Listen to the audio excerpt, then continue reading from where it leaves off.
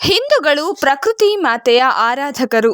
ನೆಲ, ಜಲ, ವಾಯು, ಗಿಡ, ಮರ, ಪ್ರಾಣಿ, ಪಕ್ಷಿಗಳಲ್ಲಿ ದೇವರನ್ನು ಕಾಣುತ್ತಾರೆ. ಗಿಡ ಮರಗಳನ್ನು ದೇವರ ಪ್ರತಿರೂಪವೆಂದು ತಿಳಿದು ಪೂಜಿಸುತ್ತಾರೆ.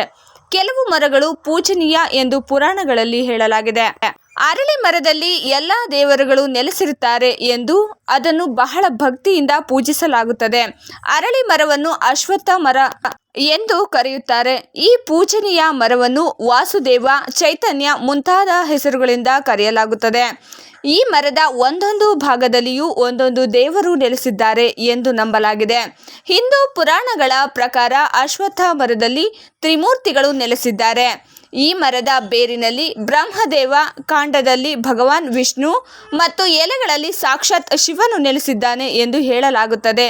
ಹಾಗಾಗಿ ಈ ಮರ ಪೂಜನೀಯ ಎಂದು ಎನಿಸಿಕೊಂಡಿದೆ. ಅರಳಿ ಮರವು ಅನೇಕ ರೋಗಗಳನ್ನು ಗುಣಪಡಿಸುತ್ತದೆ ಎಂಬ ನಂಬಿಕೆಯಿಂದ ಅದನ್ನು ಪೂಜಿಸುತ್ತಾರೆ. ಧಾರ್ಮಿಕ ಕಾರ್ಯಗಳಲ್ಲೂ ಈ ಮರಕ್ಕೆ ಹೆಚ್ಚಿನ ಪ್ರಾಮುಖ್ಯತೆ ನೀಡಲಾಗಿದೆ. ಅರಳಿ ಮರಕ್ಕೆ ನೀರೆರೆಯುವುದು, ದೀಪ ಹಚ್ಚುವುದು, ಪವಿತ್ರ ದಾರಗಳನ್ನು ಕಟ್ಟಿ ಪೂಜಿಸುವುದರಿಂದ ಗ್ರಹ ದೋಷಗಳು ನಿವಾರಣೆಯಾಗುತ್ತವೆ ಎಂದು ಹೇಳಲಾಗಿದೆ. ಇಂತಹ ಪೂಜನೀಯ 200 ವರ್ಷದ 4 ಬೃಹದಾಕಾರದ ಮರಗಳನ್ನು ನೋಡಬಹುದು. ಚಿತ್ರದುರ್ಗ ಜಿಲ್ಲೆಯ ಚಳ್ಳಕೆರೆ ತಾಲೂಕಿನ ಬೊಂಬೇರಹಳ್ಳಿ ಸಮೀಪದ ರೈತ ಸಂಘದ ಮುಖಂಡ ಚಿಕ್ಕಣ್ಣ ಇವರ ತೋಟದ ಆನೇನಹಳ್ಳಿ ಆಂಜನೇಯ ದೇವಸ್ಥಾನದಲ್ಲಿ ಕಾಣಬಹುದಾಗಿದೆ. ಸುಮಾರು 200 ವರ್ಷಗಳ ಹಿಂದೆ ಇದೇ ಸ್ಥಳದಲ್ಲಿ ಆನೇನಹಳ್ಳಿ ಎನ್ನುವ ಗ್ರಾಮವಿದ್ದು, ಈ ಗ್ರಾಮದಲ್ಲಿ ಪ್ಲೇಗ್ ರೋಗದಂತಹ ಮಾರಕ ರೋಗ ಕಾಣಿಸಿಕೊಂಡ ಹಿನ್ನೆಲೆ ಇಲ್ಲಿನ ಆಂಜನೇಯ ದೇವಸ್ಥಾನ ಮಾತ್ರ ಬಿಟ್ಟು ಗ್ರಾಮಸ್ಥರು ಇಡೀ ಗ್ರಾಮವೇ ತೊರೆದು ಬೇರೆ ಕಡೆ ನೆಲೆಸುತ್ತಾರೆ. ಆದರೆ ದೇವಸ್ಥಾನದ ಪೂಜೆ ಪುನಸ್ಕಾರಗಳು ಮಾತ್ರ ನಡೆಯುತ್ತಿತ್ತು.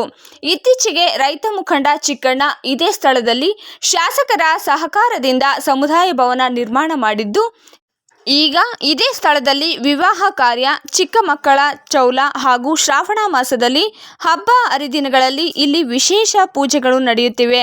ಇತ್ತೀಚಿನ ದಿನಗಳಲ್ಲಿ ಈ ದೇವಸ್ಥಾನಕ್ಕೆ ಬರುವ ಭಕ್ತರ ಸಂಖ್ಯೆಯೂ ಹೆಚ್ಚುತ್ತಿದೆ.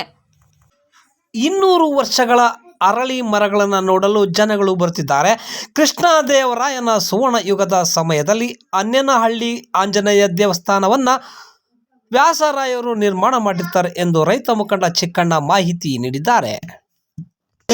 ಆನೇಹಳ್ಳಿ ಅಂತ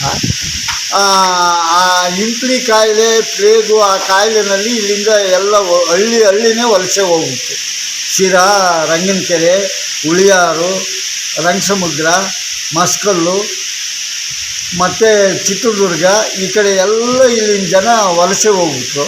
ದೇವಸ್ಥಾನ ಮಾತ್ರ ಇದೆ. ಅವರೆಲ್ಲ ಅವ್ರ ಮದುವೆ, ಮುಂಜೆ ಕಾರ್ಯಗಳು, ಹನುಮ ಜಯಂತಿಗೆ ಅವರೆಲ್ಲರೂ ಇಲ್ಲಿ ಬರ್ತಾರೆ.